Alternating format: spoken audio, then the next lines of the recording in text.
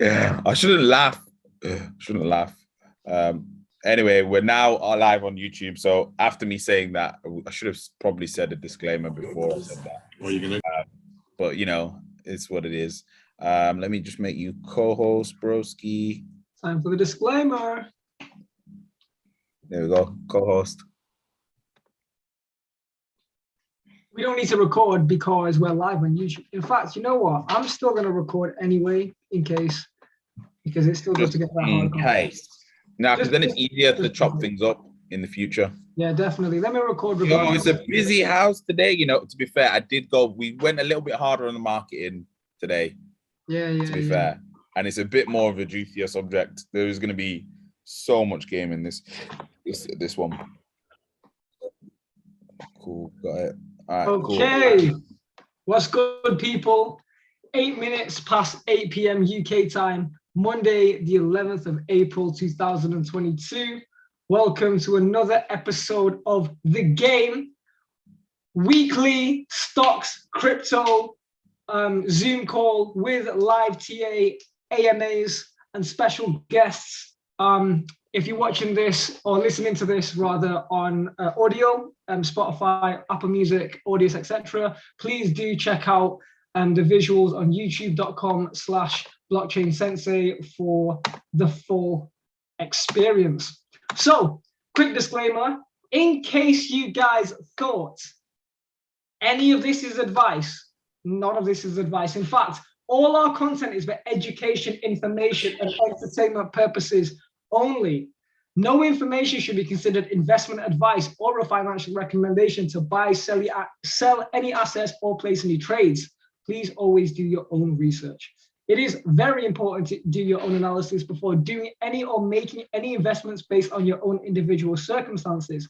Always take independent professional advice from a professional advisor, or independently research and verify all and any information you may find in our content that you wish to rely upon, whether you wish to make an investment decision or otherwise.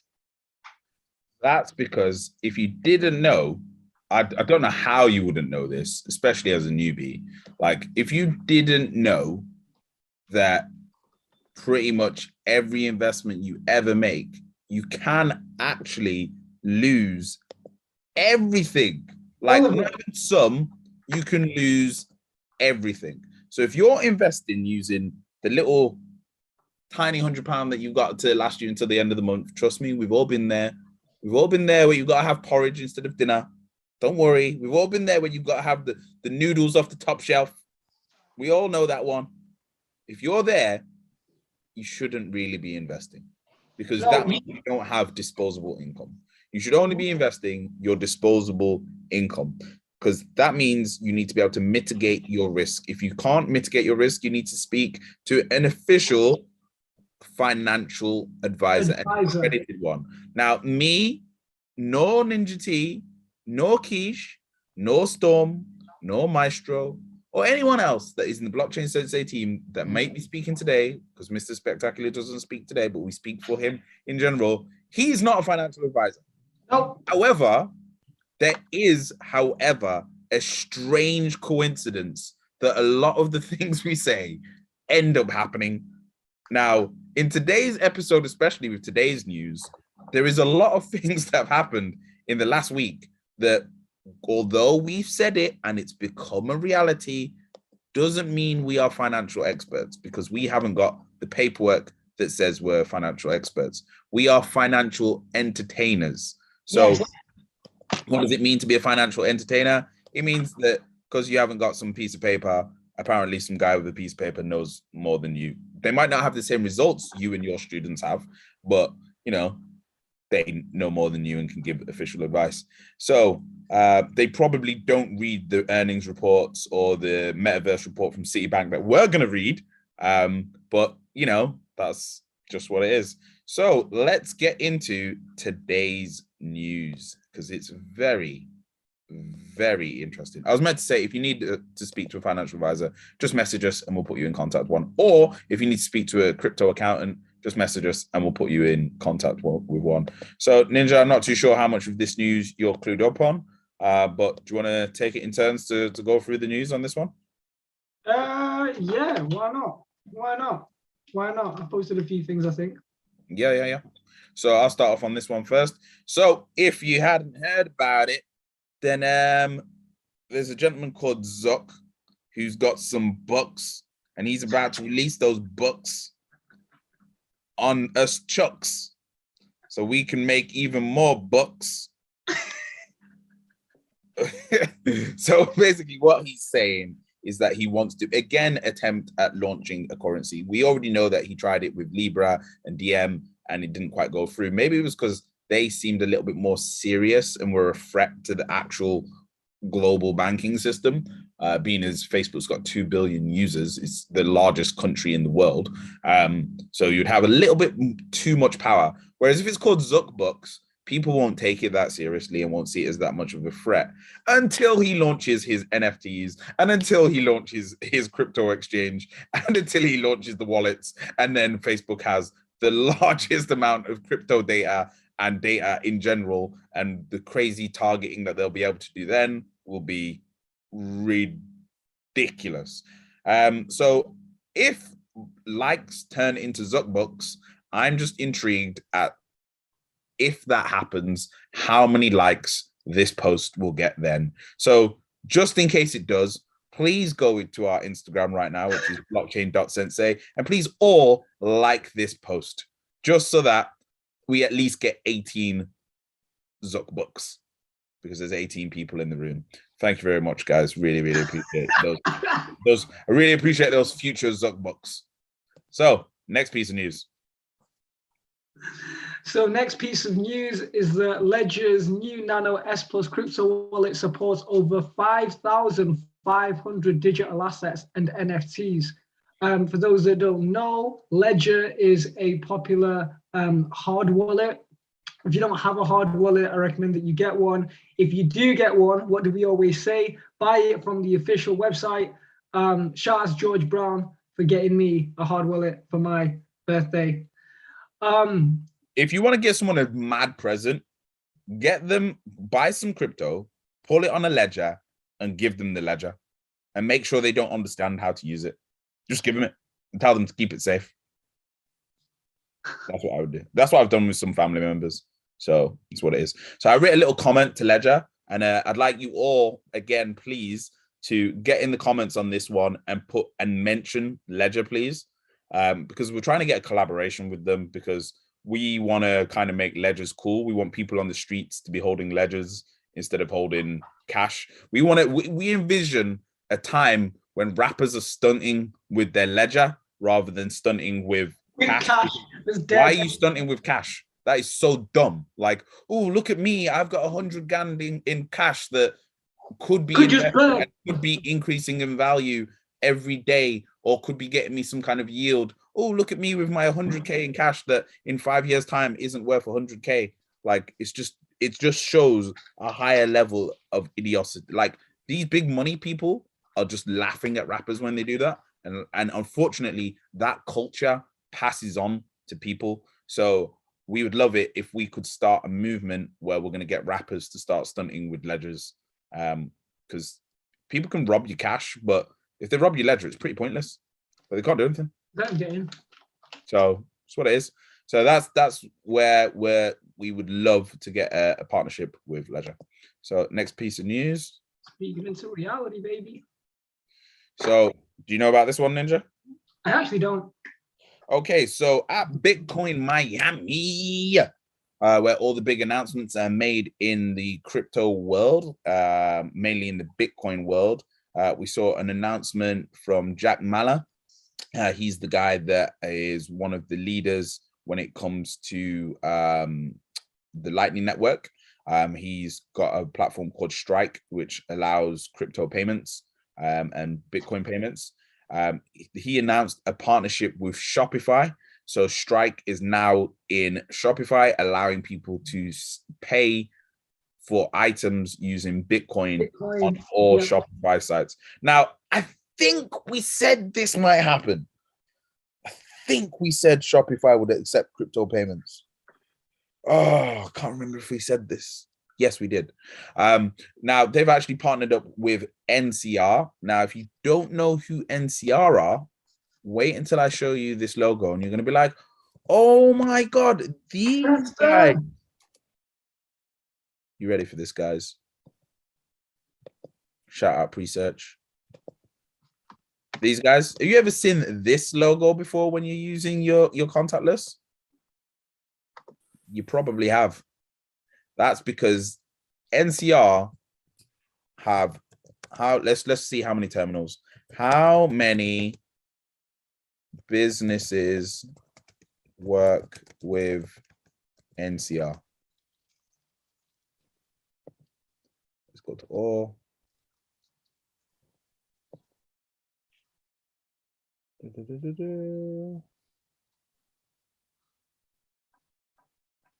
3,600 employees. We want, don't really believe in using Wikipedia like that, but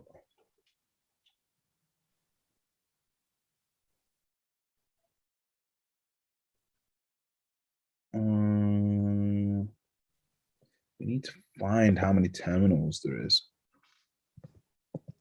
Ninja, can you do that for us while I go on to the next bit of news? How many terminals? What, sorry? How many terminals or partnerships have NCR got in terms of like shops and businesses use NCR terminals? I'm sure it's like 180,000 or something like that. So that's 180,000 people that could potentially accept Bitcoin, which is pretty crazy when you think about it. So the reason that I bring this into question again, because something didn't make sense. If you don't know who Michael Saylor is, he's one of the biggest Bitcoin advocates on the planet. He's very intelligent as well, like crazily intelligent, extreme levels of intellect. Yeah, he's probably the 5th public largest holder of Bitcoin in the world at the moment, and is always buying Bitcoin and always telling people not to sell. What was interesting is he was clapping and applauding this announcement. So, Michael Saylor, I don't understand why you're clapping and applauding this announcement, and then at the end of Bitcoin Miami telling people not to sell their Bitcoin. It just doesn't make any sense unless you're applauding the use case and the utility, which will help onboard more people. It's a bit of a contradictory stance to take. I just wanted someone to clear that up for me, because it was a bit. Well, he wants to pump his own back. He's a Bitcoin whale. So the more use case, he publicly has large amounts of his net worth in Bitcoin. So he just sees it as more. Let's see how much MicroStrategy we've got. MicroStrategy Bitcoin.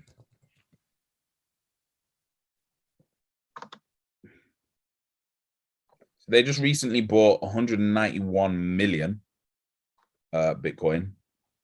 MicroStrategy Bitcoin total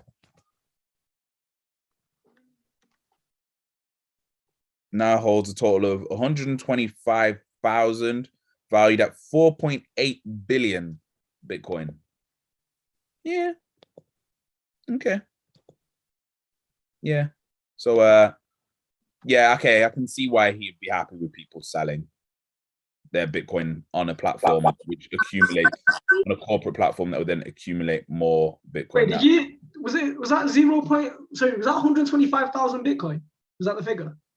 Yeah, I think so. It worked out to be 4.2 billion. I'm just thinking of it in terms of percentage supply, because 210,000 will be 1% of the supply. So he pretty much owns 0.5% of all of Bitcoin. Which is crazy. And he's been accumulating He is the king of dollar cost averaging, I have to say. Yeah. Paris NFT Day. Shout out Pianity. That wasn't actually a plug for Pianity. That just happened on accident because I had to refresh the page. But shout out to Pianity, whose secondary marketplace is actually also launched for anyone holding the big nasty NFT. Woo. So again, we know how these people roll, these banks. Is anybody on the call with HSBC? I'm with HSBC. Do they let you fund any crypto platforms? They let you send money to your crypto platforms? I have never had a problem with HSBC. Okay, Not a single problem. fair enough. With Binance, Coinbase, what else? FTX, Swissborg. Did I say Swissborg? And then stocks platforms as well. Why? Okay, I need to change this then, because I thought that they'd stopped people allowing them to fund Binance. So that's why I put. That's like Barclays, yeah.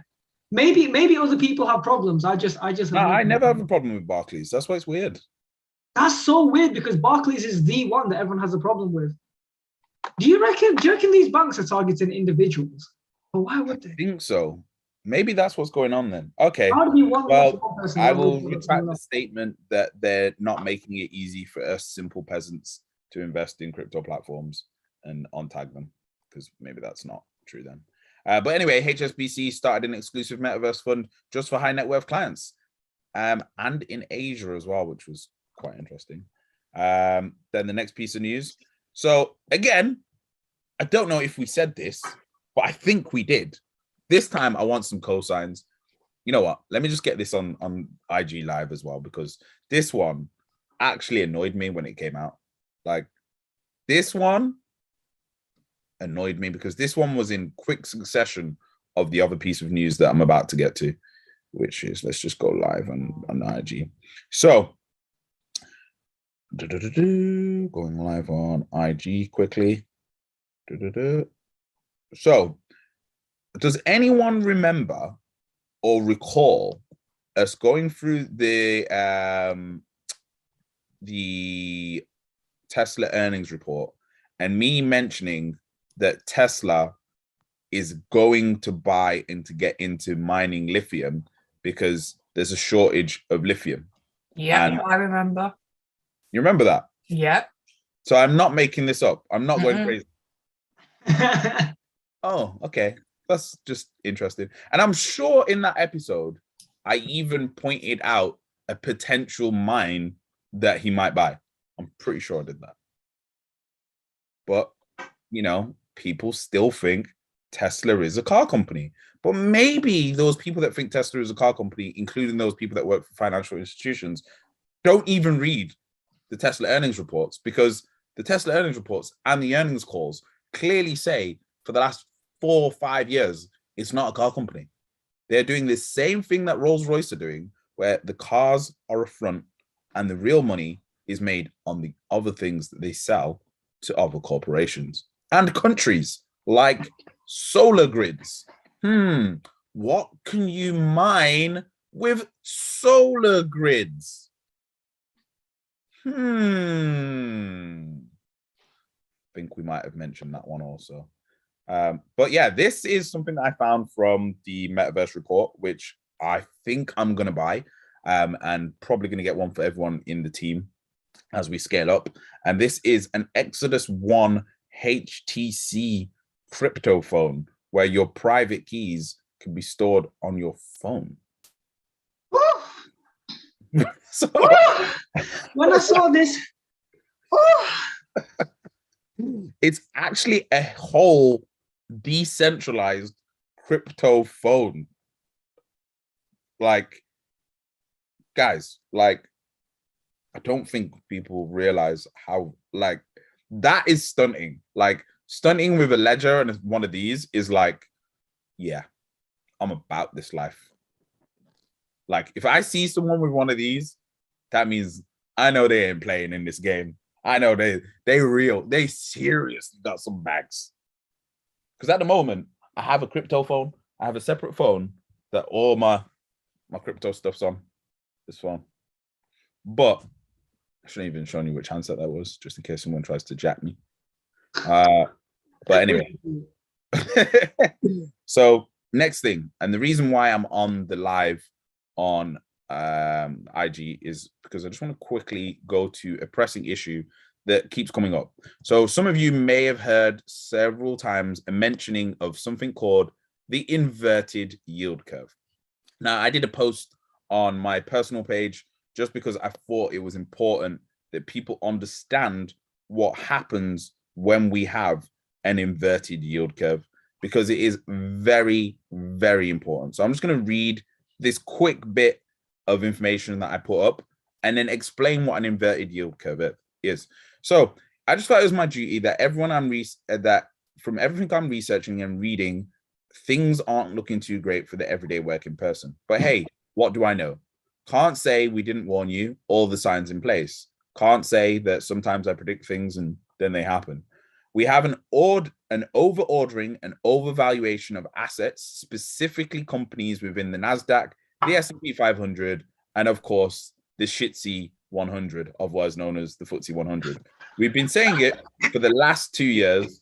Companies with poor earnings and low net income, which means actual profit that they're making, and their profit that they're making is increasing in comparison to companies that their profit isn't actually increasing, with poor PE ratios. That's price, basically like the amount that they're making per share that's invested, and horrendous cash reserves. So companies with hardly any cash on reserve, just in case something bad happens, seem to be actually going up in value.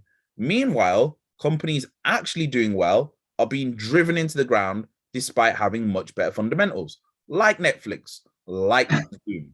Now, I don't know if it's me, but I think more people have been using Zoom over the last year than Cheesecake Factory. Would we all agree? I would probably presume that Netflix is in a better position to make more revenues and increase their net income than, say, let's pick, let's look around the room and look for an object, than say,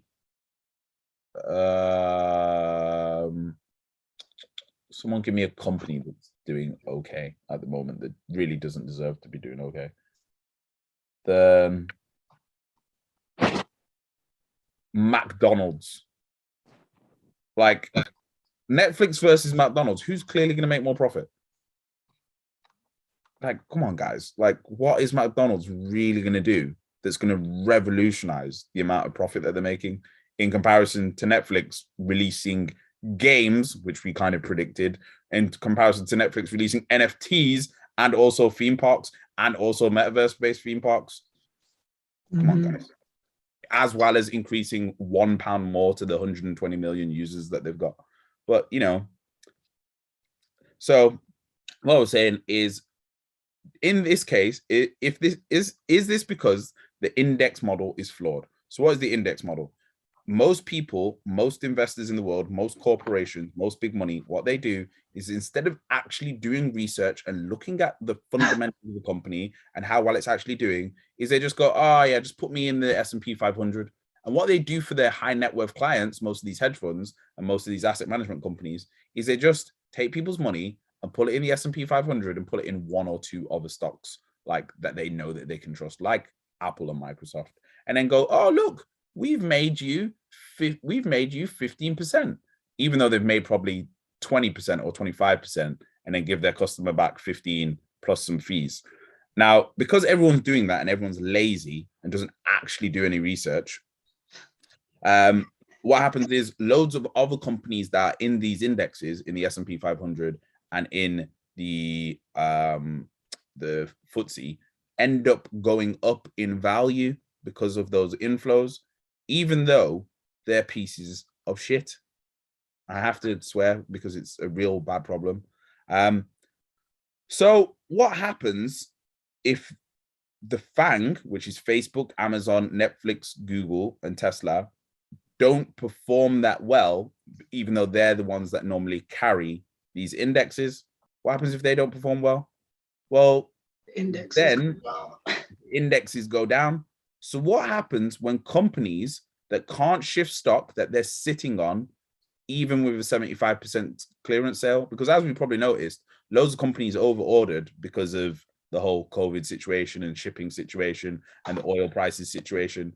Now, if they can't get rid of that stock, even with a 75% clearance sale, which if you've been on Oxford Street, if you've been on any of these shopping centers, everyone's doing a sale. But if they can't get rid of the stock, what happens then? And now, why wouldn't they be able to get rid of the stock with 75% clearance sales?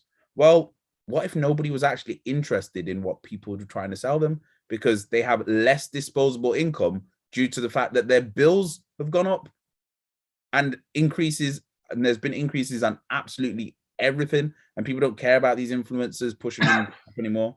So thus leading to demand for manufacturing and less demand for manufacturing, and leading to less supply production and a further increase in prices to be passed on to guess who? You, the customer. And then to make things better, we've got the inverted yield curve has reared its head, suggesting an imminent recession. So this, coupled with the smartest people in the world, with the most access to data, all going into stock splits. Bear in mind that Tesla, Google, and Amazon have all announced stock splits, and I'm pretty sure they've got a lot of data that they can assess what's going to happen with the markets. These stock splits would allow them to enter into the Dow Jones, which has the biggest inflows out of all of the indexes, which would cushion the blow of a 50 to 90% drop. Now, what would help these markets to bounce back? Having Bitcoin on your balance sheet. What would explain the massive Bitcoin outflows off the exchanges? Having Bitcoin on your balance sheet and then not telling anyone. What would also help these companies to bounce back? Oh yeah, tokenized stock and crypto markets that allow for 24-hour inflows and volatile weekends. And guess what else they can do with tokenized stock? Offer staking pools, thus locking people's stock up for a year to 2 years. So be aware, be very aware of what could potentially happen in the next couple of months. So this is what an inverted yield curve actually is. So this is some high level game that we're giving out here. So an inverted yield curve is basically when the 10-year treasury yield, so a 10-year treasury yield is basically big money lending money to the government. So you give the government $10 billion of your cash or $100 million of your cash, and they will give you, if they lock it up for 2 years, 2.462% per year, which isn't a lot first, but if you've got shitloads of money, hundreds of millions of dollars, that's great. And then you feel like, oh, you know what? I can trust in the government to give me this money back. However, the problem is when locking your money up for 10 years makes you less money than locking it up for 2 years. And this is an inverted yield curve. And when this happens, historically, we have a recession. Now, this is an image of the FTSE. And as we can see, this red line here, it hasn't really gone past it since 2020. Wait. Can I just insert myself in this conversation for a quick second, right? So this is basically a warning that everybody should get financially literate and do their own research, as we've done our own research. So I was recently at one of the biggest fintech events, or financial tech events.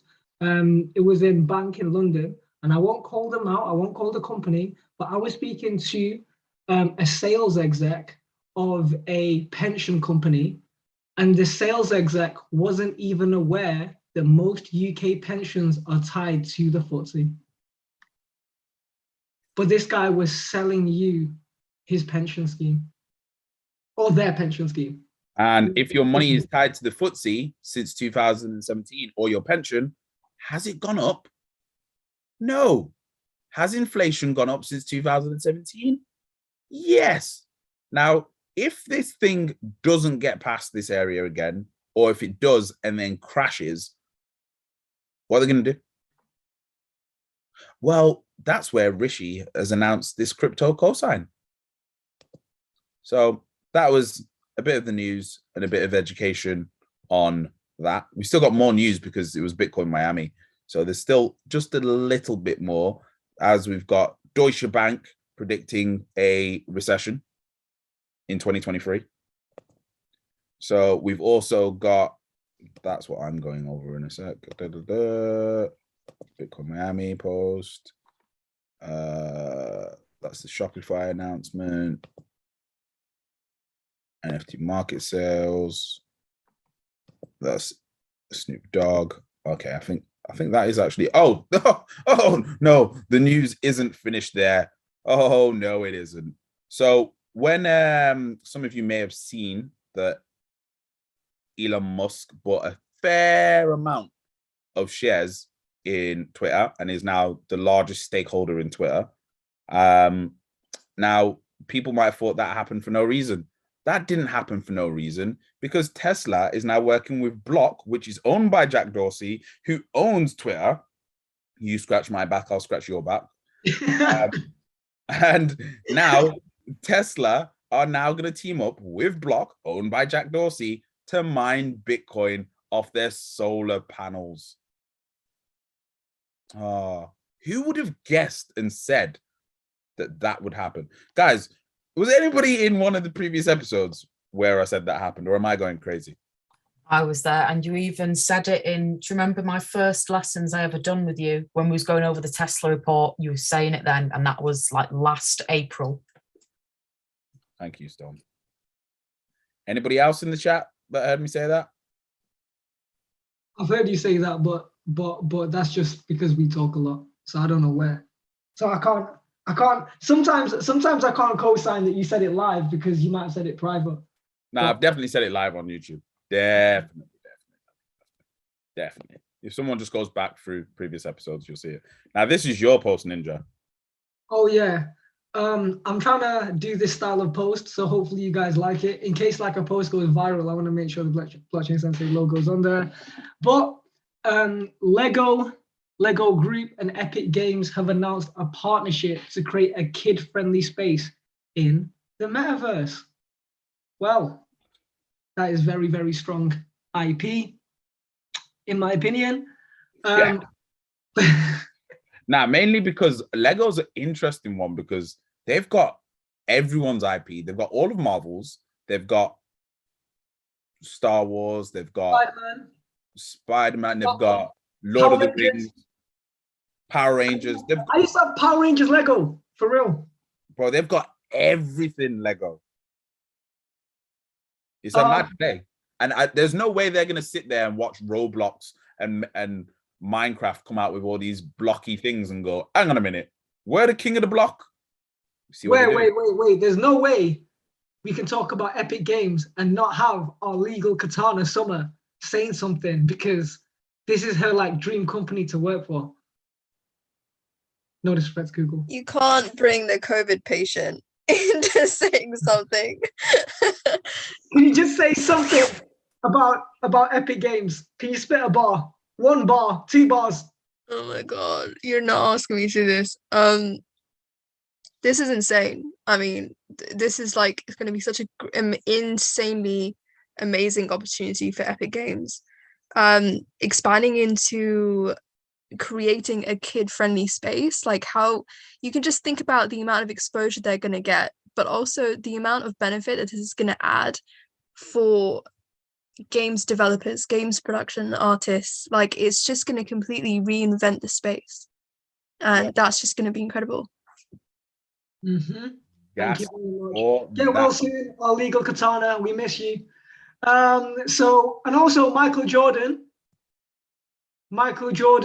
releasing NFTs on Ripple's XRP ledger by Q2 2022. Well, we're in Q2 already, so it's around the corner. Big. So hang on a second, guys. Let me just load up this report. So has anyone got any questions on anything before I load up this metaverse report? I'm just trying to get off. Oh, it's making me do a tutorial on fucking Instagram of all things. Squad media, no. Share. Okay. News. Share. Okay, cool. So now I need to load up this report. Guys, I'm happy to share this report with whoever wants it. Not only the report, but my notes on the report. So this is one of the things I'm going to start doing now, is not only am I should eventually sell them as NFTs. I could actually do that, innit? Should I do that, guys? Do it, because everything else you've said in the past has came true. So, you know, not financial advice, but yeah. Right. I'm going to release these notes as NFTs because it seems that what I say comes true. So these notes are actually worth a lot of money. So it just makes sense that, yeah, I list them as NFTs. I'm probably going to make them. What platform should I release them on? Not an E. It can't be an ETH chain, so it needs to be something really accessible. I mean, you could do on NFTs, Binance Smart Chain. Yeah, I could actually. Yeah, That's a good choice. Yeah. And anybody write in chat any platforms that you want me to release these notes as NFTs on? Let's get some responses in the chat. Let's go back to the immersive view, the metaverse view. While I just load up this report.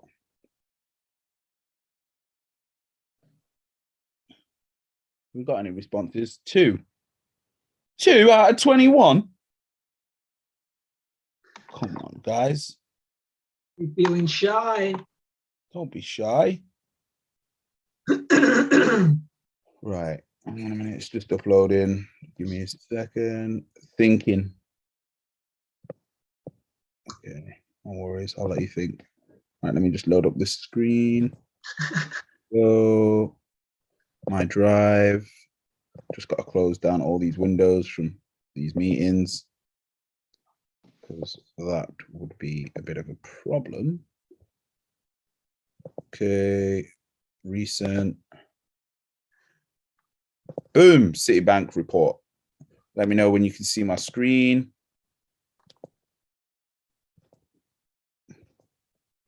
Booyah. Can we see my screen?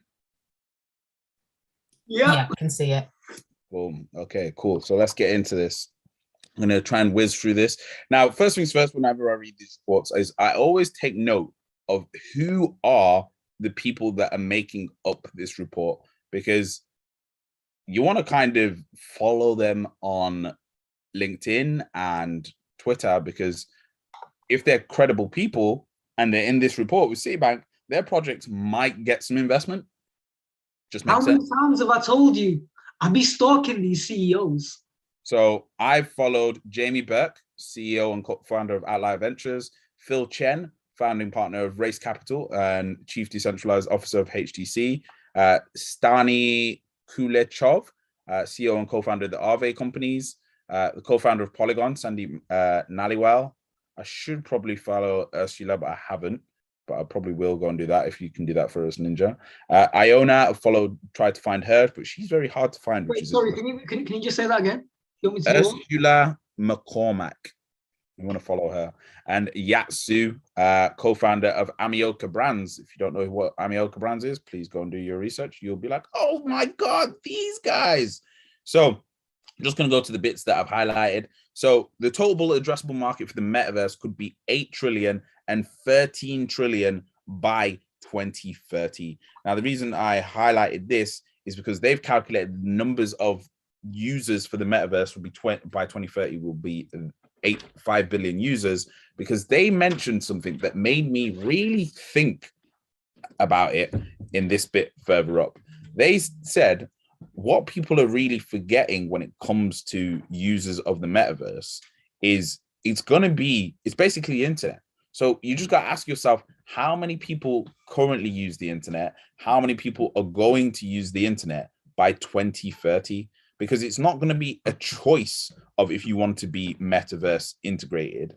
It's just going to be every app, every company is going to have something connected to the metaverse directly or indirectly. So let's say, for example, you're going to Asda.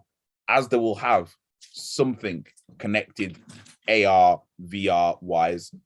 Now, the other thing that they added in as to why it's a $13 trillion market is because the one thing everyone's forgetting about is all the bloody hardware. Like, no, everyone's calculating the prices of the software, but no one's going, oh yeah, if this metaverse thing is going to become a thing, how much is going to have to get invested and bought in hardware?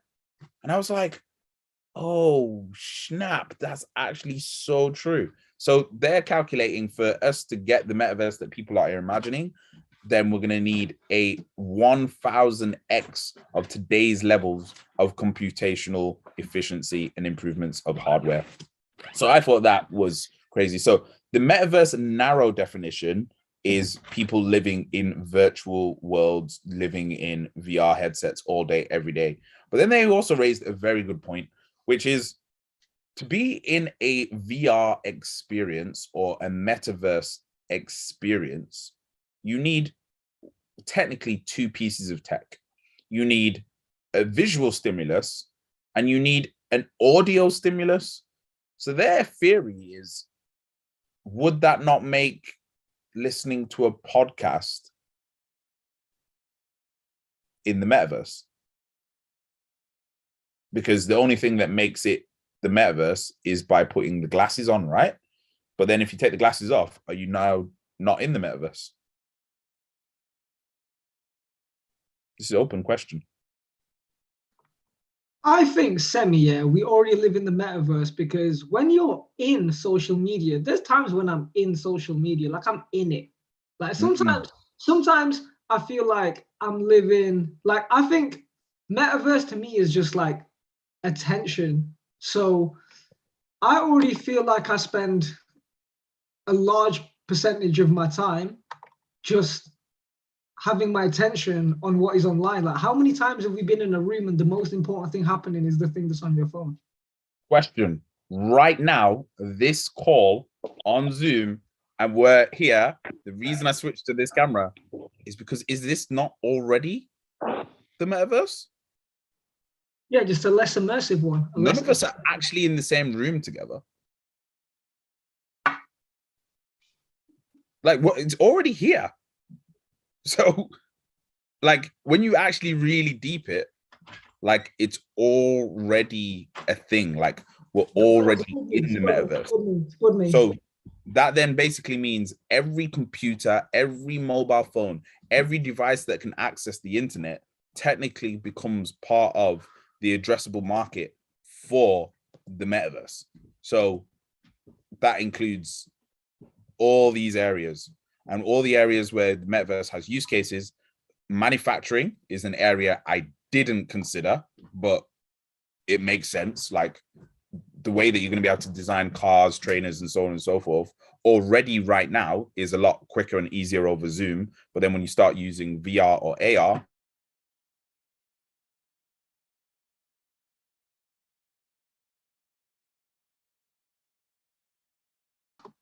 Oh shit, is he frozen?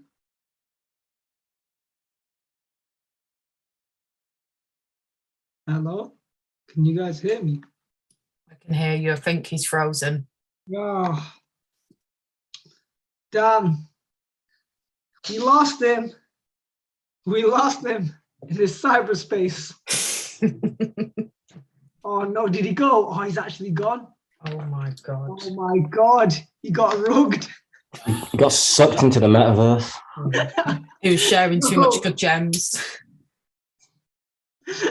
They're on The metaverse has claimed him back. They're onto him. They were like, we got to shut him off. Shut him down. Rumor has it that Michael Harding is actually from the metaverse in the future, and he came with this knowledge. But the conspiracy is they're trying to pull him back, and this is what happens. Oh my God.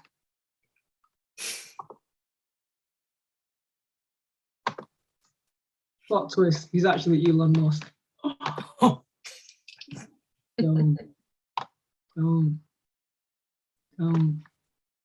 He's back. Oh, he's back. Oh yeah, quick announcement. The game's first to hear it. We'll be having the second ever Blockchain Sensei real estate content with Zishan Tuesday next week, 6 p.m. And he's got two special guests. I got that confirmed earlier today. We're going to be doing something to do with housing and real estate content at Blockchain Sensei at least once every 2 weeks. So this one will be 17 days after the first one. So Tuesday next week, if anyone wants to tap in. On to you, Mr. Harding. My bad. As I was saying, most people's hardware cannot handle like the technology. So as you can see, like my internet just couldn't handle doing the immersive view. So yeah, interesting. So healthcare, virtual advertising. Now, this is a gold mine. I can't believe I'd never ever considered how much money is going to be in virtual advertising. Like, there's limited advertising space at the moment, but if you've got every Tom, Dick, and Harry and company and corporation creating cities and worlds, hint, hint, 3D, you'll see why I said that soon. Then making adverts, that's a lot of adverts. So at the moment, this is what they're saying, the current latency we would need to be able to have a truly immersive metaverse world. Now, here, again, is some game, because I've never heard of Linden dollars. You ever heard of Linden dollars? Anyone ever heard of Linden dollars? I ever heard of Linden dollars. So want to research that project. So in-game tokens, this is an area that they're saying is going to have a lot of value. And that's just the first page. Oh no. Don't crash. Come on, got to reload. No, don't take him again. Ah. No. Oh. Don't show me. I'm trying to share the screen. I'm trying to hide the screen, but I can't. Don't share too much, Mr. Harding.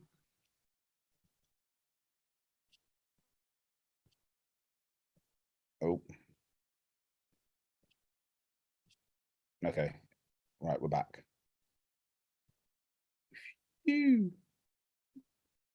Okay, so quick takeaways. So one of the biggest areas, again, smart manufacturing and healthcare. Latency at the moment, with only 25% of the global population expected to have access to 5G by 2025. So what I think is going to happen is I think the metaverse is going to become a middle class thing.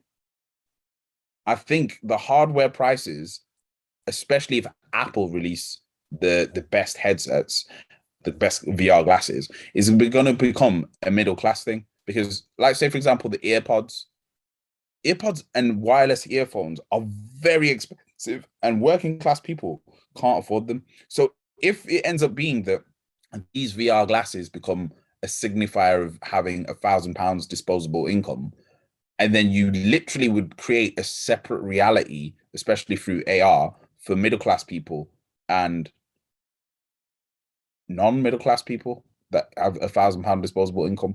So it would mean, like, walking through the city center, people would see different adverts based on how wealthy they are. People would have access to different venues and buildings based on how wealthy they are, which is pretty crazy. So consumer hardware manufacturers will be portals to the metaverse and potential gatekeepers. So that is true. One thing we have to consider is whoever owns the majority of the hardware is going to pretty much own who can get into the metaverse and who can't. So over time, we expect an increasing number of traditional financial institutions to start working with digital native assets such as NFTs and fungible tokens as a means of collateral. So one of the things that this report brings up is the fact that there is TradFi, which is traditional finance, DeFi, which is decentralized finance, and now they've raised a concept called MetaFi, which is metaverse finance. So the world just keeps evolving and changing, this crypto world. MetaFi. New word. I'm tweeting that right now. New word again. So again, I've highlighted some of the key people that you want to follow from this report. Definitely Super Social from Jontan Fradridsman. I'm going to get to him in a second because he's a very interesting individual. So this is just the weekly mentions of the term metaverse using Google Trends data in 2020. So we can see, and the mentions of the word metaverse in US companies, in company filings and earnings calls. thought that was interesting. So one of the big areas that Metaverse they are predicting is going to change things is in training, engineering, design, and workforce training, among other activities. I thought that was mind-blowing because I didn't ever consider how much time are McDonald's going to save if they can train people up in VR. How much time and how much better do hospitals get if people can practice putting people in recovery position in VR? Like, in terms of training, I can't think of a corporation that it doesn't benefit them to train people in VR and AR, or to even get that as like an interview process that people have to do certain things. And then if they've passed certain things, then it's like, okay, you're good enough to do this. Let's take you on. So that I find very, very interesting. So for the foreseeable future, most of us will live and work in Web 2 and Web 2.5, whereas only some of us will need or have experience of Web 3, which I also agree with. So that's the point that they're making, that most people will be experiencing Web 3 and the metaverse on their mobile phones, not like how everybody thinks it is. So the head of Phil Chen, he raised an incredible point, which I want to ask this to everyone listening. So people value digital assets more than physical assets. You can broaden that to digital experiences and digital relationships as well. So the question I'm going to ask to you, what is more important, your phone or the contents on your phone?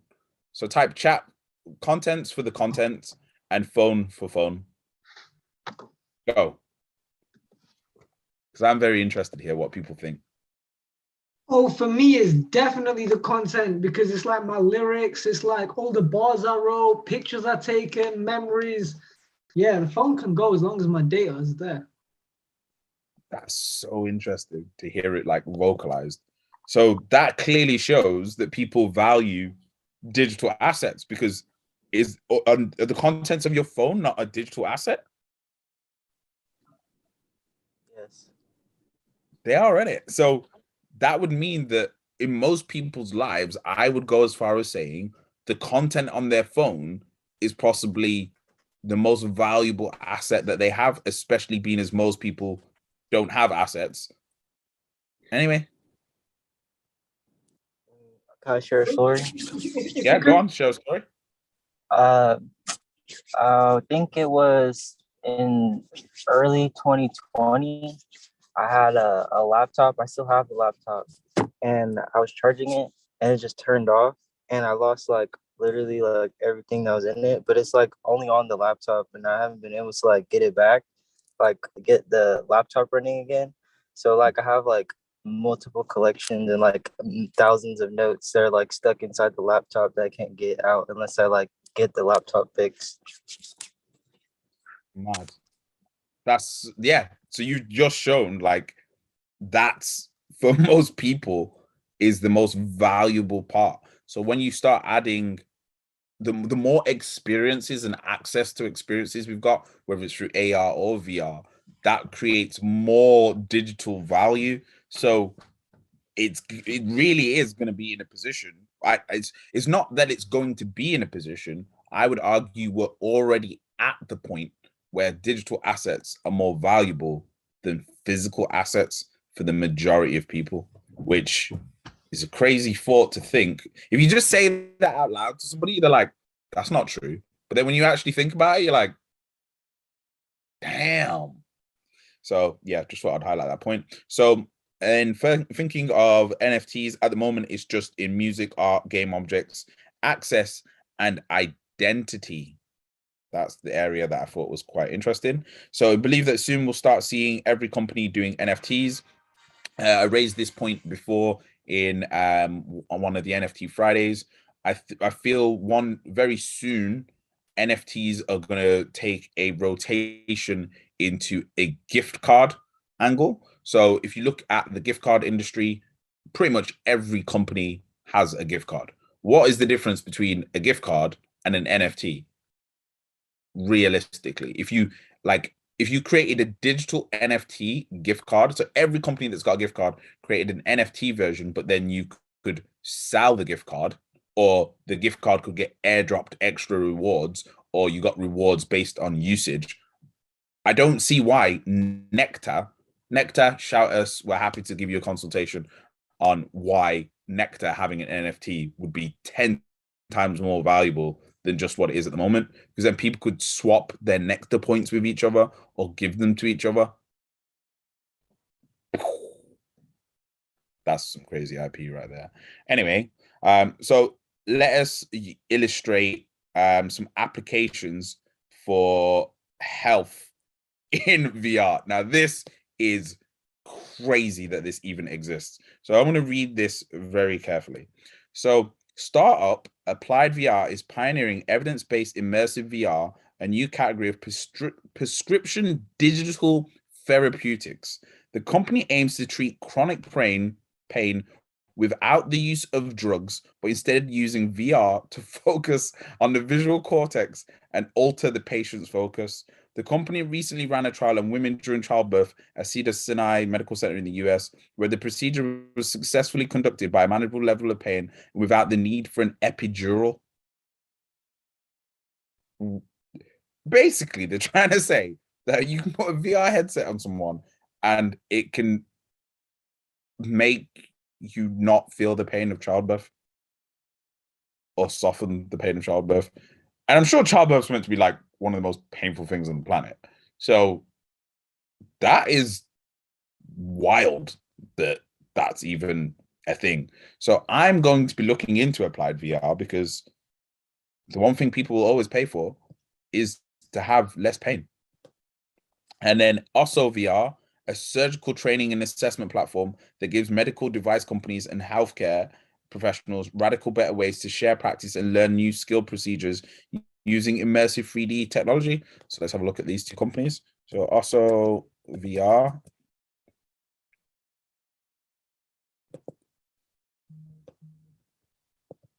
Because I'm sure you're as interested as I am. So this is like VR surgery training.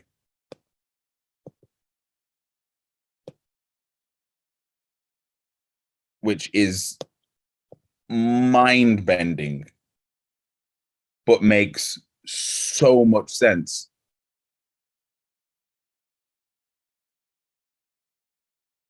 Crazy, right? So, yeah, you find out some amazing stuff by reading these reports. Let's carry on. Where we at? So there's 4 parts to the metaverse.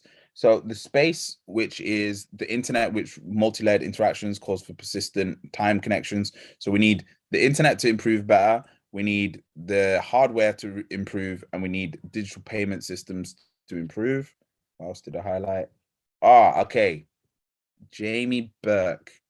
Now, this guy, you might want to follow him on Twitter, because he's the founder and CEO of Outlier Ventures. You might want to have a look at what projects he's got in there. And because if he's in the Citibank report, does that not mean that Citibank have looked in his portfolio and what he's invested in? Anyway, he's got a portfolio of 100 startups and facilitated over 130 million in seed funding for their portfolio companies. I'm going to put it out there that in the next 10 years, 5 even, Jamie Burke is going to be a crypto billionaire. Just going to put it out there. Let's see what happens. Let's see if we can get Jamie Burke on the show after I've said that. So what else did Jamie Burke say? It's important to think of the metaverse as an economic system. It could be a dystopic captured by a single corporation or group of corporations with permissionless environment. In my opinion, you can have immersive hardware, software, and everything else, but most importantly, it must be an open economic, and people should be able to decide who can participate and who are the gatekeepers. Which is what I was saying before. Additionally, we are seeing a convergence of finance, culture, and technology. We're at a point where the creative industry has the benefit of direct digital distribution channel, as well as a financial tool to take control of the economics of the relationship with their audience rather than the platform. NFTs, we do not have the place to consume or experience them. Instead, they are often merely stored in a wallet or displayed as a profile picture on social media. So what Jamie's saying is the next big thing is people being able to actually experience their NFTs, which that's a bit of a mind bender to get your head around. But I think it's stuff like what Bored Ape Yacht Club are doing, and like what we're doing with Big Nasty's NFTs, where your NFT gives you an experience. So the current one allows you in a secret Discord chat with Big Nasty and some of his friends. Yeah, so I would compare it as, yeah, the NFT doesn't give you the experience, and the NFT is the ticket to the experience. It just gives you access to experiences. Which would be which would be kind of like a certain crypto company that owns a stadium doing tickets as NFTs for the stadium that they own. Crypto.com. That's why you should buy Storm's NFTs. Bang, bang, bang. So, however, as interest in NFTs grows, the focus and experience intensifies. These layers would allow users NFTs to play with it, use it as a 3D object, socialize with friends, and offer better retail shopping experiences. So that's what to look out for in terms of utility of NFTs. Web3 could serve as the basis for connectivity. Let's skip that. Let's keep going down. Now we're on to Ayana's part of this report. Now, Ayana is a very interesting lady because it turns out when I did a bit of research, she actually works in the regulation sector of crypto. So yeah, might want to read what she's got to say. So using developers, the result system will equally these digital ownership instruments. It's unlikely they would ever go back to a simple user of a system status ever again. So what they're saying with NFTs, and especially like NFTs that allow people to earn, or play to earn platforms that allow people to earn. So let's say, for example, we have a platform that allows you to build out cities really quickly in the metaverse. And then you approached a company like Uber and said, why don't you release a play to earn game for your customers that whilst they're in the Uber, they can play this game and earn crypto whilst using the Uber? Would you rather play the game and be in the Uber, playing a crazy taxi version of Uber, or use Lyft or some other taxi company? You're probably going to stick with Uber because they've got the play to earn game that allows you to make money whilst you're in the Uber, right? So this is the direction that I think a lot of companies are going to go, because adding metaverse and play to earn features or earning features to your products stops people from leaving. So that was something I thought was interesting. Then talking about metaverse and fashion, just mainly platforms like, okay. Now this is mad game. Now, as you know, I'm not really that bullish on Disney, but this game is cray. So Disney, for example, is interested in building a theme park in the metaverse and registered its patent known as Virtual World Simulator in a real place, which received approval in December 2021. It is envisioned that the personalized interactive attractions from the theme park would be created using headset-free augmented reality 3D images that will be projected around the park and on physical spaces, changing the experience of visiting Disney theme parks. Hope so. That is mad. So that would mean you'd be able to go to Disney multiple times and it would never be the same. That's crazy. And they're doing it without, read that again, headset-free augmented reality.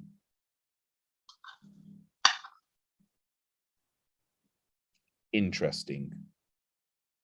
Very interesting. Also note that the president of the football club FC Barcelona, Joan Laporta, will deploy NFTs, and the launch date of this has not been defined. Oh, there you go. We've just put it out there, and anyone that's read this report now knows that Barcelona have some NFTs that are going to be coming out, if they aren't out already. Then Pixelar Genesis. Oh, yeah. I mean, wait. Let me start. Barcelona FC have their own coin, and it's on Binance. Yeah, I'm going to cop some of that coin now. You already copped some because we did a trade on it. Oh, we did. Oh, that means I've already got some. You forgot. You forgot you had some. So this is Pixelar Genesis that are mentioned in the Citibank report. So I just thought I would note them.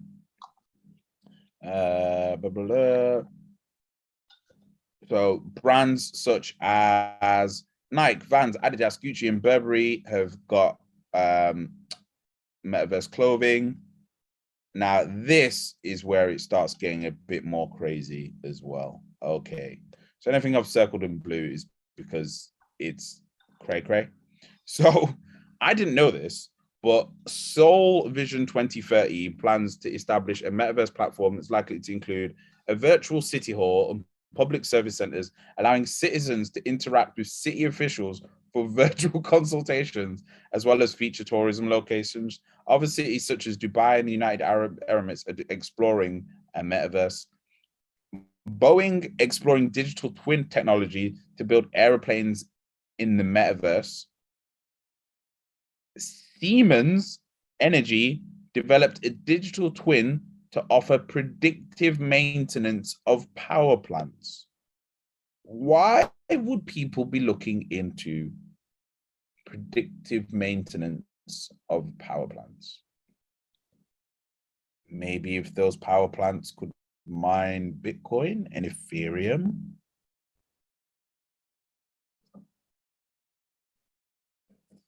Let's see what happens with that.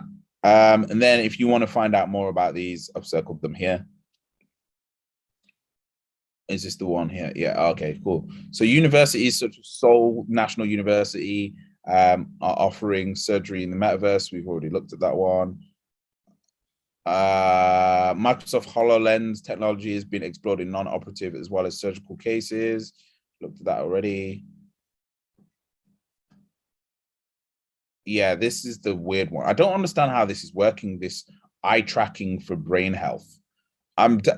What I'm seeing with this is that there's something that these headsets can read about your mental health status. And if they can numb pain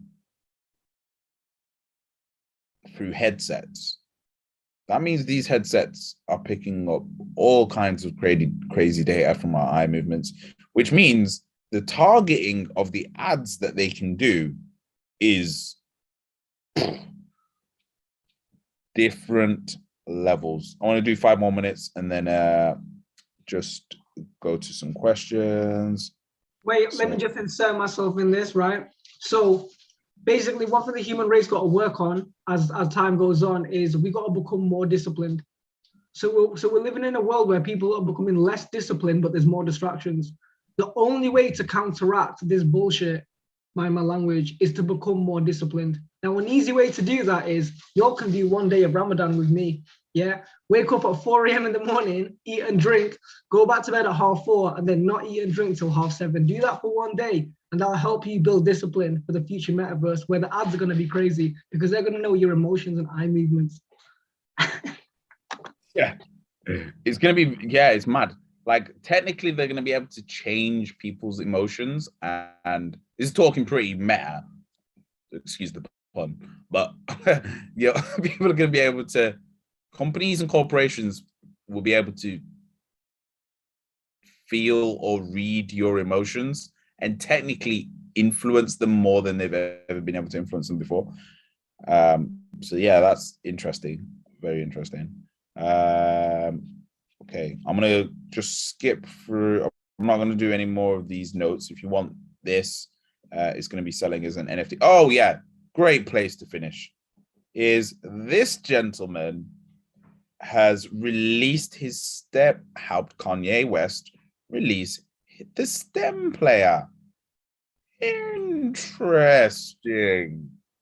Now, this is a great segue for me to go on to the Blockchain Sensei Twitter and have a look at the tweet string that I did yesterday when I realized Ninja would probably get pretty annoyed if I didn't do a tweet string, because that's what we said we would start doing, is a tweet string. So I want to go through some of this tweet string because there's crazy game in this tweet string alone, let alone the report. So let me go to the tweet string. I finally figured out how to do it, bro. I think. If I can find it. Did I not even do it? Did it not even post? What? You know, I can't see Twitter, bro. I can just see Google. Maybe your screen's frozen. By the way, guys, Mr. Harding, believe it or not, is actually dyslexic. So this genius has isn't the best at spelling. So if you ever see loads of spelling mistakes, just be like, oh, it's just Mr. Harding. Go in with a few spelling errors. Oh, here we go. Here's the tweet string. The 3 people that left just before this. Damn, they are missing out on some crazy game. So I'm going to raise a point. So we've just seen that the guy that helped Kanye West build up his STEM player is in the Citibank Metaverse report, point 1. Also, let me know, Storm and Maestro, if we should cop some of the Kanye West Gap NFTs, because Kanye West apparently isn't releasing any NFTs, but does he not own Gap or a majority shareholder in Gap? He is, right? So guess which platform his Gap NFTs are with? Surprise, surprise. Tezos. So would that not mean that if we cop Gap NFTs, you're technically copying a Kanye West NFT? Yep. Ooh, Alpha! Could we just check what Kanye's share in Gap is? You know what percent it is? Oh, I've no idea. Oh, actually, yeah, we can check it on Where Wisdom. Okay.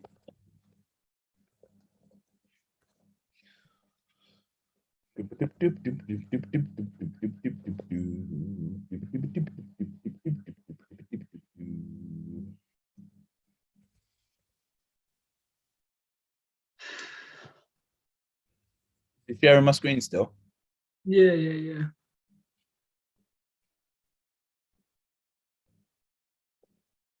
That'd be so funny if it just says in cap. You know, like how with Tesla it says in capital letters Elon Musk. That'd be so cool if it just says Kanye West. Or now because he's changed his name to Ye, it just says Ye.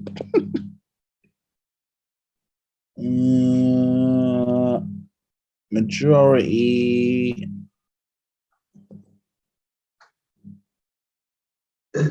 Pardon me.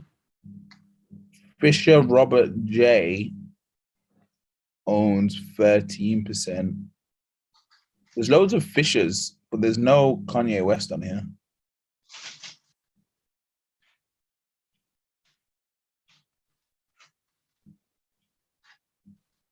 That's interesting. That means he's probably done it through a separate company. There's bare Fishers. Who are all these Fishers? John Fisher, Fisher William Sydney, Fisher Robert, Fisher Doris. But what is interesting that you hardly ever see is that Gap has got more, these people have got more control in this than Vanguard and BlackRock. They've got more ownership in it than Vanguard and BlackRock combined, which never happens. Yeah, so Vanguard has 7.4%, BlackRock has 3.4%, so that's 10.8. But then you got one Fisher with 16%, another with 13%, another with 13%. Who are the Fishers? Interesting. So then altcoin gems. Here's some of the projects that I found from inside the report. Again, see, this is why you can't leave early. I know it might be boring, but the people that just wanted to get the gems and know what to invest in from that report, you had to wait until the end. Come on, this is the Spartans. Spartans Here left. they all are. All these projects here. So we've got Ocean Protocol. I'm not going to go through them. I'm just going to read them out. We've got Golem Project. It's not loading up fast enough. You've got Citi Protocol. You've got Evernym. You've got Orbit. And you've got Freebox Labs. So if we go to CoinMarketCap and look at the market cap of Orbit, which has been mentioned in the Citibank report, who wants to take a guess at what the market cap of Orbit is? Anyone want to guess? 250 billion. Oh, the Fishers are the founders of Gap. Okay, so now you're going to get to see all the things on the watch list. This is even more game. So one of the projects in the report was Gifto. And then one of the other projects was Block Ape Scissors. See, I didn't even need to show you that. It wasn't even in there. What was the project called again? Oh yeah, Orbit. Here we go, recent searches. 157,000 is the market cap.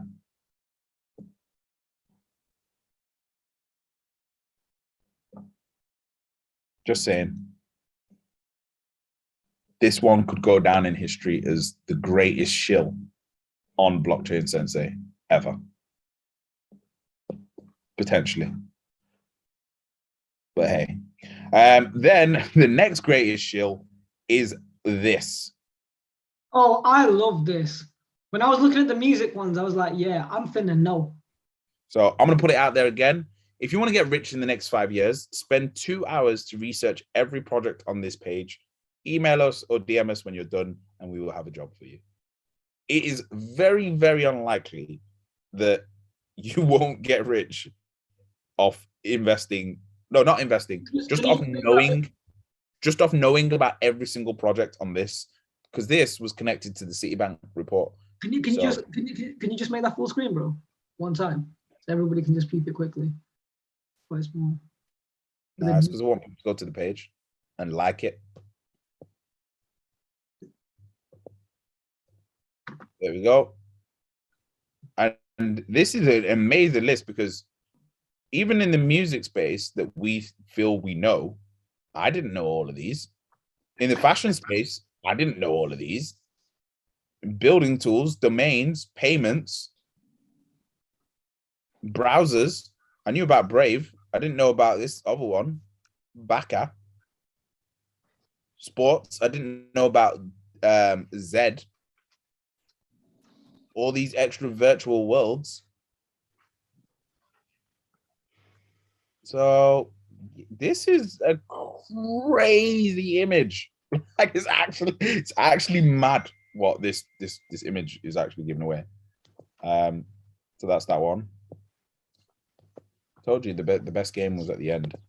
Gonna do 5 more minutes of game and then go to quick Q&A. What I found interesting is, whilst I was doing the research, there was a Jamie Redknapp Investigates NFTs, which is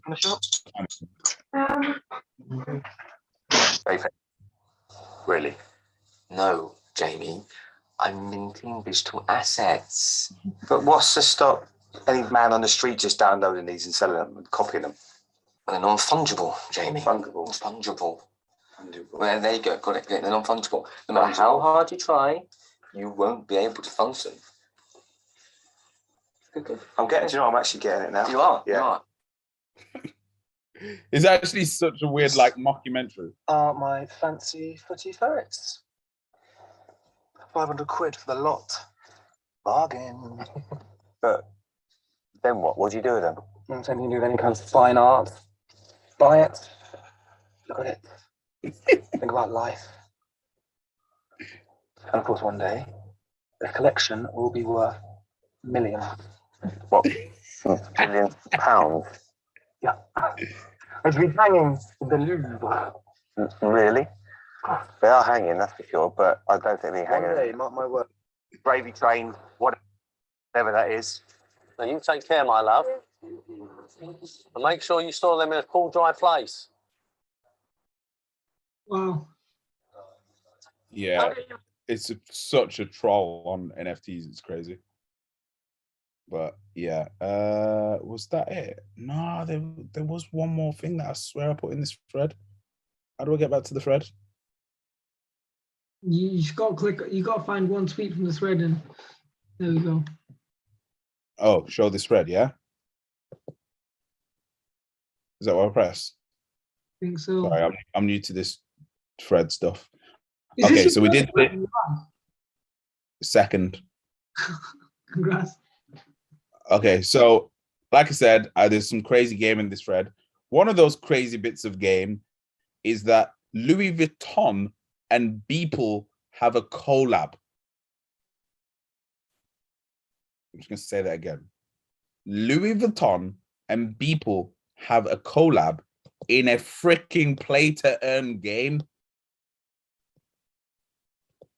So there's a Louis Vuitton game that you play, and if you collect a certain amount of coins or whatever, you have a chance to win a 1 of 10 Louis Vuitton NFT.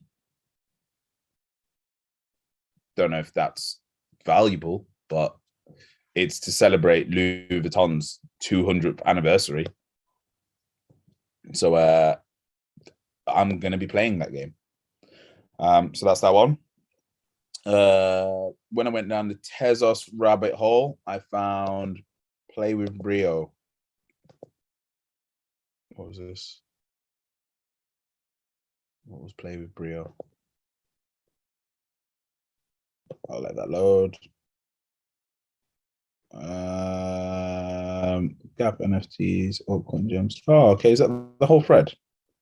Okay, yeah, I'm gonna assume that's the whole thread. I think that's plenty of game anyway. Oh yeah, Play with Brio. Oh yeah, okay. So the platform that launched the Gap NFTs also makes this platform, Play with Brio, a play-to-earn card game platform. Just saying. So there's no way Kanye isn't educated on this. But yeah, let's go to some Q&A based on what we've gone over in that. Fire. Let's just read some of the comments. I hope everyone's taken. By the way, if you're taking value from this session, please type game in chat. So, because I know everyone's been silent, you've had to listen to me talk for ages. So, if you're taking, oh, thank you guys. People didn't even hesitate, just like straight game. I love that. Thank you very much. Because when it's like this, and I'm just having to just spit game at people, I'm just like, is anyone actually taking value, or are people like silent because they're just like, whoa? I think that's what it is, right? Okay, cool. All right, I'm gonna put it out there as one of the greatest episodes ever because I genuinely think there's some crazy stuff in this episode. Oh, AJ, you read an article about applied VR. Please tell me more. Please, please, please. That I'm very interested in. I read a while ago, but I didn't dive into it that deep yet, just because I was reading it between work. Because my background is in neuroscience, so I'm actually really interested in applied VR and digital therapeutics. So I'm trying to get into it. But once I do scoop some extra info that's interesting, I'll definitely share with you, because I'm currently researching in my spare time. So okay, nice. So from your knowledge, super interesting subject. From your knowledge of the space, I'm just trying to get my head around this. So you can relieve pain from controlling someone's eye movements. I mean, that's something that I'm not, I don't even know much about, but I guess you can. It looks like you can. It's pretty mad. Gosh. Yeah, just in general, I feel like applied VR, like in general VR, I think it's going to be the future, because I mean, even just like imagine old people's homes as well, how that's going to help them. That could help them too. If, Crazy. you know, there'll be some therapies applied for people like that, or lonely people. There's so many lonely people in the world that can actually somehow help in terms of therapy. And online therapies and therapies in metaverse is something I'm really, really into. So I'm trying to research that as well, because there's not much about that. It's just been mentioned literally in a few articles over the last maybe 2 or 3 years, but I haven't really yet sort of seen anything being created like that. It's just the beginning, really. So a very new space, but extremely interesting, considering that, you know, everything's online. People are more lonely than usual. There's more single people in the world than there has been. So, and also the suicide rates have actually been going, and no one's talking about it. Yeah, and it's something that I really wanted to actually set up, hopefully in the future, maybe something to do with therapy in metaverse or therapy in general. I'm going to make a public disclaimer right now. But I don't want to talk about it too much, because then someone's going to take the idea. I'm going to put it out there right now. I'm going to give a percentage of Blockchain Sensei, a portion of my percentage from Blockchain Sensei will be going to whatever charitable fund for mental health that you set up. Yeah, that would be like my dream to do, like therapy. It's been recorded on YouTube, so it's going to happen. Yeah, especially, you know, what you mentioned about suicide rates, and especially in particular suicide rates in men, because that's not talked about, and it's a subject that should be talked about and should be attended to. So yeah, that's something I would love to definitely get into, and I'm getting into it slowly. Whenever I can, I'm reading up. So one day I hope that I can create that. Hopefully, we'll see where it goes. Let's make it happen. That's a very interesting DAO. Yeah. Yeah. Oh yeah, just to chime in on the reducing pain through VR experiences. I mean, one thing you can do with audio-visual cues is trigger hypnotic states and lucid states of mind. Within those states of mind, you can remove all pain and sensory kind of feelings. So that's definitely one way that VR experiences could kind of.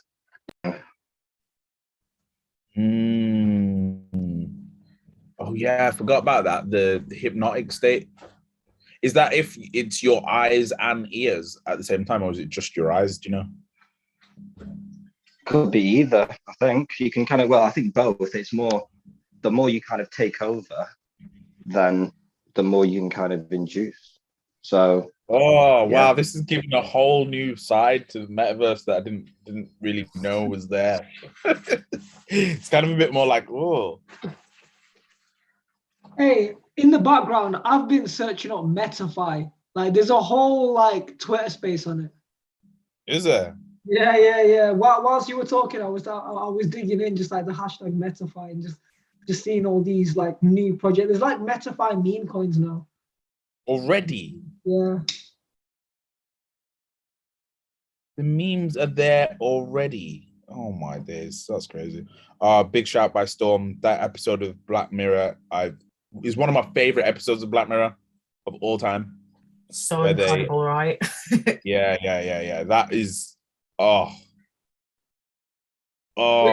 one are you guys talking about? The one where San Junipero it's called. I know it off by heart. It's amazing. This one is one of my favorite too. That was amazing. I think I watched it like 4 times. Yeah. I've watched it like 4 times. Like, oh my god, this is it's just incredible. Yeah. I think that idea of when you fuse the idea of realistic metaverses like that and Neuralink and people being able to upload their psyche, then it means that like people will be able to talk to influential people of the past and have conversations with them. But because it will be AI, that AI will be able to have conversations with multiple people. So it'd be like you'd be able to have a conversation with Nelson Mandela and Gandhi and like whatever, and they'd just be there.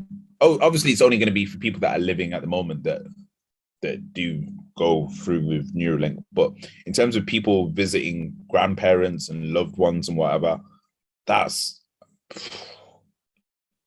It's a whole different space. That There was like an app a while ago. I don't know what it was called. I don't remember the name. I think it may have been called OpenAI or something like that.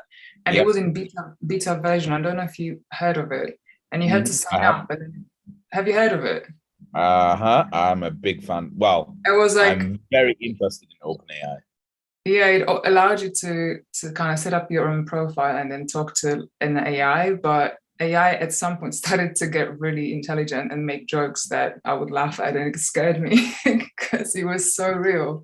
Like it would pick up on what you use in sentences, what words you use, your moods, everything. So at some point I genuinely quit because I was like, this is a bit creepy. This But is it was where fascinating. Yeah. This is where I think the future of advertising is going to go. And I've been saying it for ages, that in the metaverse space, people are already kind of being catfished by real people, and they're slowly being catfished by bots and chatbots. I think we did an episode on it before where I was talking about the chatbots in the Facebook groups and how, like, over lockdown, Facebook removed I think it was like 2 billion. They removed more fake bots than actual users of Facebook, which is quite scary. And it was something like, the stats is something to do with religious groups in America. Something like 90% of them are run by like bots and aren't real people, aren't real conversations. So it's... Is it like Russian bots or something? Yeah, so well, they say it's Russian, but it might not be.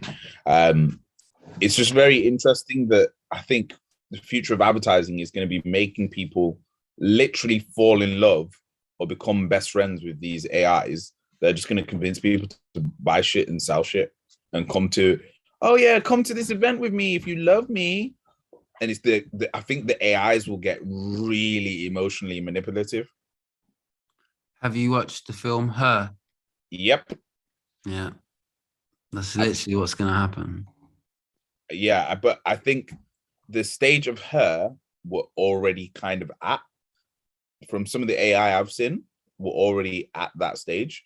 But I think the next step is them being hyper realistic or using skins. And I think if in these metaverse places, people don't have to show their face or whatever, this is where it's gonna have to be some kind of policing so that you're talking to an AI. Yeah, it's true. Because it can get out of hand very quickly. Well, I actually had that. I was trying to buy an NFT today, and I was literally on the website ready to go, and within 10 seconds they've all sold out. And I went to the actual wallet that they said they were selling them from, and there was basically 2 transactions that were complete, and that was set an hour before everything was supposed to sell out, and it was all bots. All bots on an NFT project just gone. And I just went on the Discord and everybody's complaining. Nobody on Discord got one. Nobody on, what was the other one? Telegram got one. So the whole community is fuming.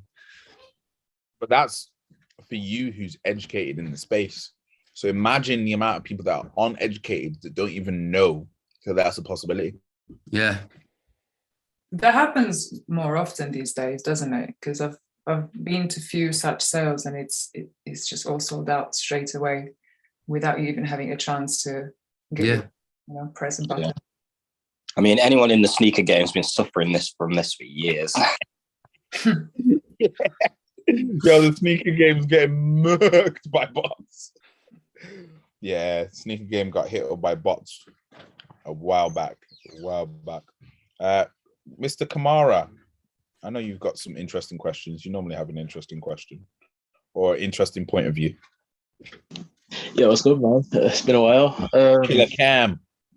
Yeah, just been listening in, and some of the stuff that about the AI, and everything that's happening at the moment. It's kind of mad because obviously worked with you in the gaming space a couple of times, and we've seen stuff that's coming. But I think it's just like in terms of with the AI and the integration with like obviously the headsets and everything that's coming. are they going to find a way to kind of like monetize this on more like commercial platforms as well? Like obviously, Sony, you got PS5, you got your Xbox Series X, whatever, because they're all high performance consoles. Is there the, they're going to be some sort of company that's going to try and integrate these like into the metaverse space more? Because obviously Sony have got a thing with their Discord now or something. Yep. Like in a way that's almost kind of bringing them in slowly. So I'm just a bit like, yeah, it's more like a curious thought than a question. Nah, it's a good curious thought because, like I was saying, I think the biggest space in this whole thing, and I've been saying to anyone in marketing and anyone that's looking into it, is the big money makers, just like with Facebook ads were a big thing, is going to be AI marketing and VR marketing, because they are going to be so targeted and so successful. It's like, it's going to be almost not even choice to buy something. You won't even know that it's not your own choice. And it comes back to this saying that I learned in sociology, like when I was 16. And the question is, at what point do you know that a thought is your own?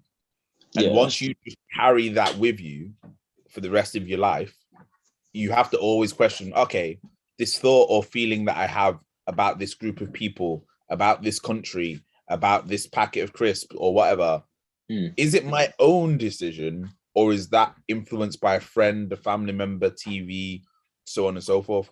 And I think because a lot of people don't think like that, you're more subjective to other people's thoughts if you're not ever aware that sometimes our opinions aren't our own. So say, for example, even this report, I've just read this report. So now are my thoughts on some of these projects my own? Technically, they're not. Technically, I'm being influenced. Technically, we're all being influenced by this report. If you haven't seen Barry Schwartz's TED Talk on the paradox of choice from 15 years ago, you're doing yourself a disservice. Oh, go and watch that. The Paradox of Choice by Barry Schwartz. Made a major influence on my Latin year. I think. Yeah, it's also a book, But the TED Talk, 20 minutes, get it in your system, and Okay. Appreciate that. Choice. TED Talk. I need to watch later right now. Barry Schwartz, 5.1 million views 15 years ago. Oh, mad. Oh, yeah, I've seen the Fighting Mediocrity video. I used to love Fighting Mediocrity. Let me just shill Fighting Mediocrity. This thing, oh my God. This is one of the most underrated gems on YouTube. I kid you not. This guy partly is a massive reason for why I have the life that I have. So basically what he does is he takes the best books in the world, reads them himself, and then puts them into 5-minute animated videos. So you could just literally read bare books just by watching his 5-minute videos. You get the concept, and then from there you read the book yourself if you're interested in reading the book. But it's just like when you read a blurb of a book, it's not really like telling you what it's about. Whereas this actually really dives into the concepts in 5 minutes, and then he only lists the books that have been noted for highly successful people. So Paradox of Choice book is also really good. Apart from the TED Talk that George mentioned, really, really, really good book as well. Okay, check that out. I think Rui, are you new?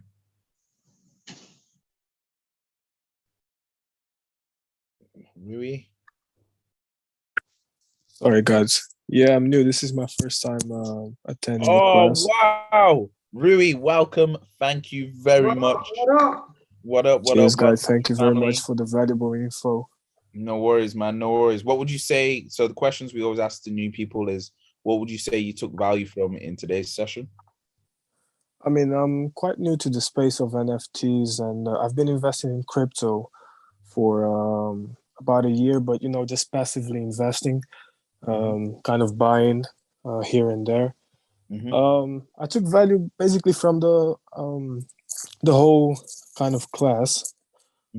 Just in general, I think it was valuable info. And yeah, I look forward to participating in the next events as well. Perfect. But how did you find out about us? From YouTube, Twitter, a friend? Because I follow Earn Your Leisure in it, so I watched one of you guys' interviews with Ian Dunlap. Oh, nice. Gang. So, Hey, George Brown and AJ on the cam. They're right here in the call. Oh, amazing. Thank you. Big shout out. So Rui, what I'm gonna do, being as you're a newbie, and I haven't been on the charts in this whole session, I'm gonna break down the charts for you, my brother. So as we can see at the moment, we are can everyone see my screen? Yes, sir. So let me just take off these EMAs.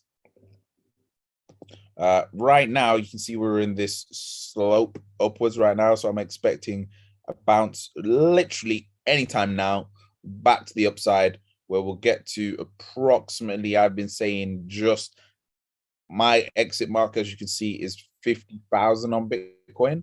I don't think it's very likely that we're going to go over 50,000 in this cycle. If we do, then I'm looking at us then getting to a maximum of 59,000. So we can see my areas here. But in terms of where we're at on that's what I'm predicting. Is there any tokens or projects that you're in or you're interested in that you want me to have a quick look at? Yeah, sure. What's your thoughts on ADA?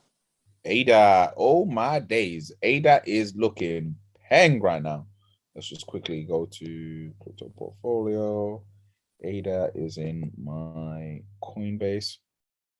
So I was expecting, so this green line is my buy point. So I did purchase some ADA when it came back down here, but it looks like it's going down to my second buy point, which will be 0.902. We can see that the RSI has been battered here as well. RSI is just well, that's on the 4 hour. So let's pull it out onto the weekly, because that's more of a true indication of where we're at. And again, the RSI on the weekly is still battered, but it's still in my buying zone. As you can see here, we haven't hit the base of the Donchan on the weekly either, which is at 0.720.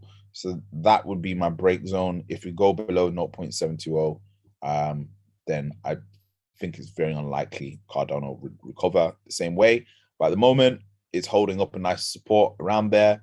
I think this is the same fib extension that I had before, but let's just do another one. Boom, boom, boom, boom, boom. We got our third impulse just here. Got our top right there. If we would come down to, let's say, this white area here, we're looking at 3.6, and according to my last one, 3.4. So a nice area to exit that I've already kind of marked off, as you can see, is around 2.9, because you want to be out before everyone else even starts. What's my laptop doing? Am I still on Trading View? Yeah. Yep. Yeah. So around 3.9 is an area where 2.9 is an area where I'm going to take some exit. Then my next one is 4.7. And then my final one is 6.4 is where I'm going to take out 75% of my position in Cardano. So that's that one. My recent purchases were TVK, Tara, Veracity, and ShopX, just to be transparent. Yeah, that's that on that one. Anybody else got anything else they want me to look at?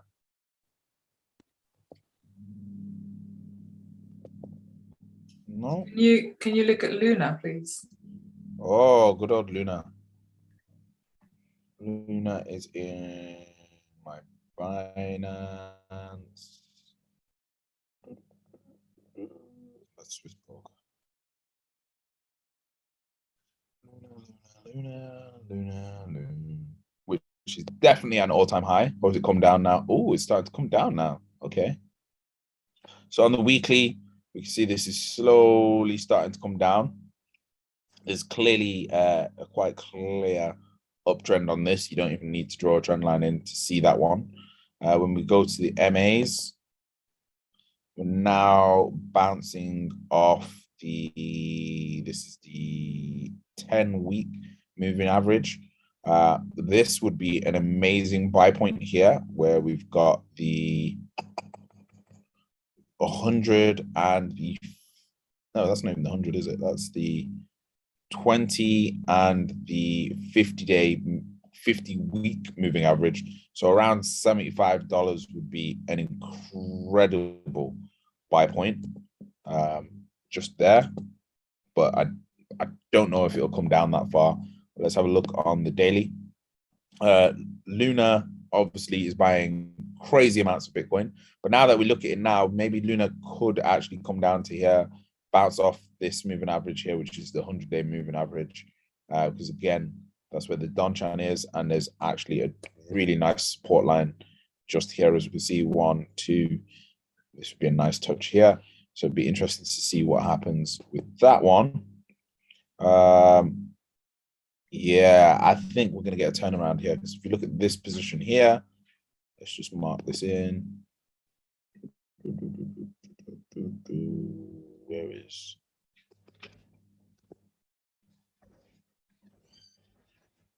Let's see what happens. Yo, can you believe in this actual time, Storm's on 2 Instagram posts on the feed? Oh, mad. Whilst the game's happening. Storm's going in. I think I brought company, baby. There. So this would be interesting, because if you line that up with this here and this here, and then if we look at the RSI here, we're at what, 17? So yeah, I would say it's very, very likely we're going to get a bounce to the upside on Luna. However, I personally wouldn't be getting into Luna now. We've been shilling Luna on this channel since the start, really, since Kathy Woods mentioned it. So Kathy Woods mentioned it. Let's see when she mentioned it. ARK Invest Do Kwon.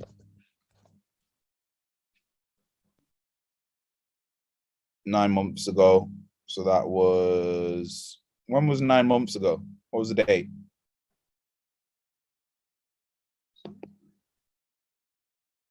So 9 months ago from today.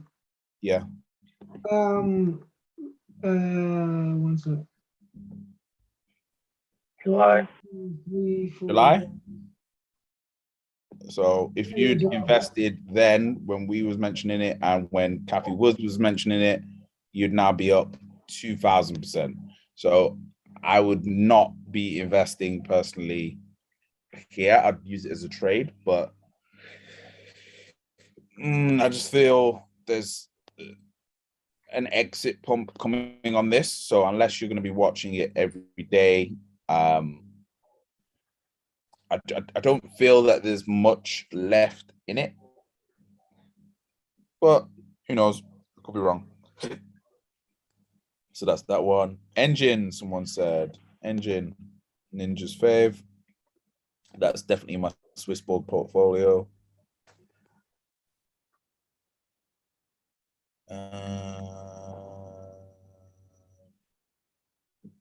Let's go weekly first.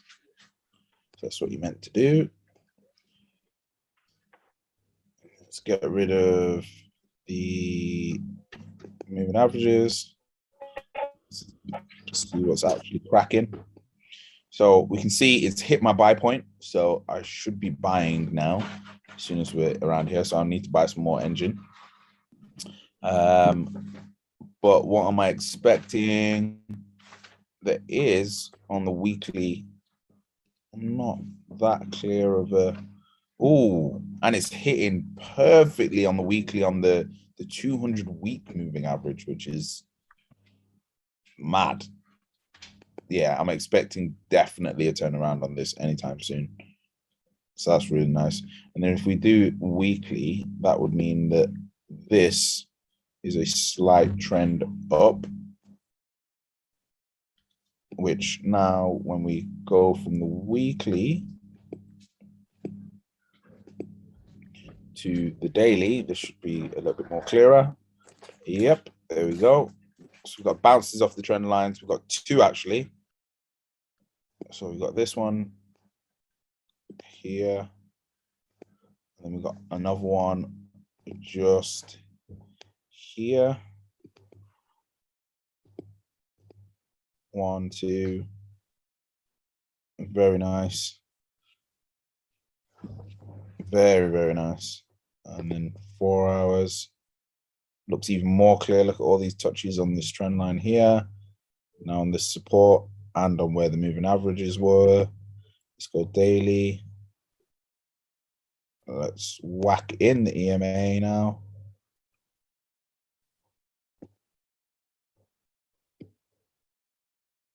Nothing too clear. It's gone below all of the EMAs. You can see it had a bit of trouble trying to, it's not been able to get past this, the 200-day EMA for a while. It's really struggled to get past it. So the moment it gets past this 200-day moving average, I think we're going to see engine fly. So we've been in Engine for a while. So I'm definitely going to be taking some profit at 2.9. Have I got any higher take profits? Nope. So 2.9 is 1. So this says that our entry point was here. So we were getting into Engine 24th of June. The high, if you copied us, 628%. Right now, you'd still be up 140%. So congrats to anyone that copied us on Engine. Let's calculate an exit point from where we are. So this would be a rough impulse point to there, down to the low. So we're looking at a high of $6. So I'll be getting at least 50% of my position at $6. Well, 25% of my position at $6. And then definitely getting out majority of my position if we get anywhere near 15. So I'll probably take it at 13. But to be fair, by my rules, if I get a 10x, I'll come out. So probably going to come out here and leave like 10% in to ride up this extra 30%, but probably won't do that, to be honest with you. So those are my price exits on Engine. BTC. We're going to do BTC. Okay. Yeah, finally dipped below 40K, and I'm one of those people who checks it every day. So, you know, you hate it when it gets to that level. Okay, let me go BTC for you.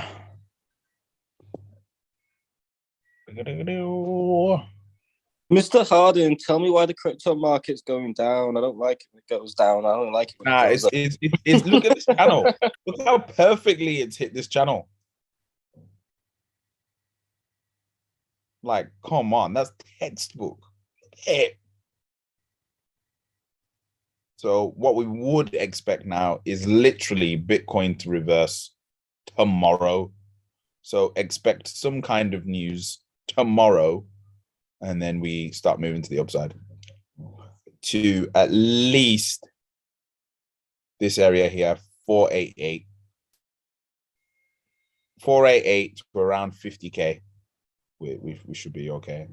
I wouldn't really worry about Bitcoin unless it drops below. Well, my buy point, as you can see, is 27K, 29 and 27. I'm not really interested in buying it if it's above there. And then my ultimate buy point is 19. But I doubt that will happen. If it goes below 19, that's when I'm actually concerned.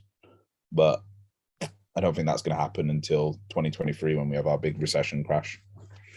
when we have our big blackout. Oh, so yeah, that's my takes on that. Everyone's coming through with their coins now. Doge and Shib. Oh, so Doge and Shib, I don't invest in. I just use free money in those. So, and I wouldn't advise. Yeah, this is probably going to pump though, because it's very likely to, because it always does. Yeah, we can see there's a really nice support here. The 0.0002088 mark is where it really likes to settle. If we go weekly to get a bit of a better gauge, one hell of a downward wedge, which would mean our breakout would be anytime soon.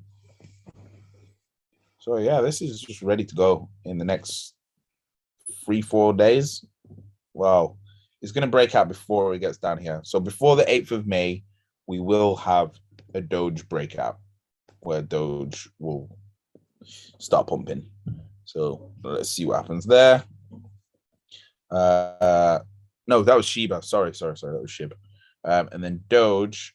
I'm not even going to try and calculate take profit for you on Shib because I'm very anti it.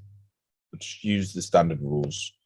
Exit at 100, exit at 500, exit definitely at a 10x.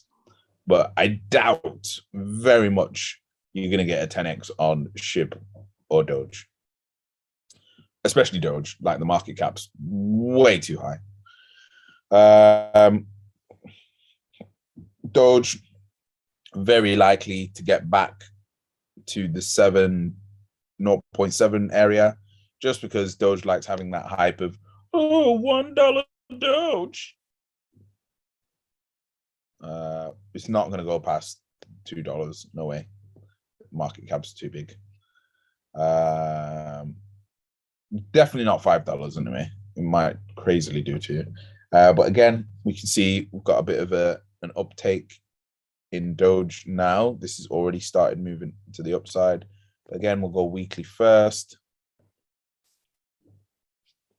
Again, it's got this nice support just here. And again, I'm sure if we zoomed in, there'll be loads of touches there. Let's just get rid of the EMA. Boom, boom, boom, boom, boom. As we can see, 1, 2, 3. So that support is really holding. Then we've got our downward slope just here. So yeah, expecting. We just appreciate that it's 10 p.m. guys. Yeah, mad value today. And I'm ending the game right there because I'm actually meant to be in a corporate call right now. All right. Take care. See you later, guys. Bye.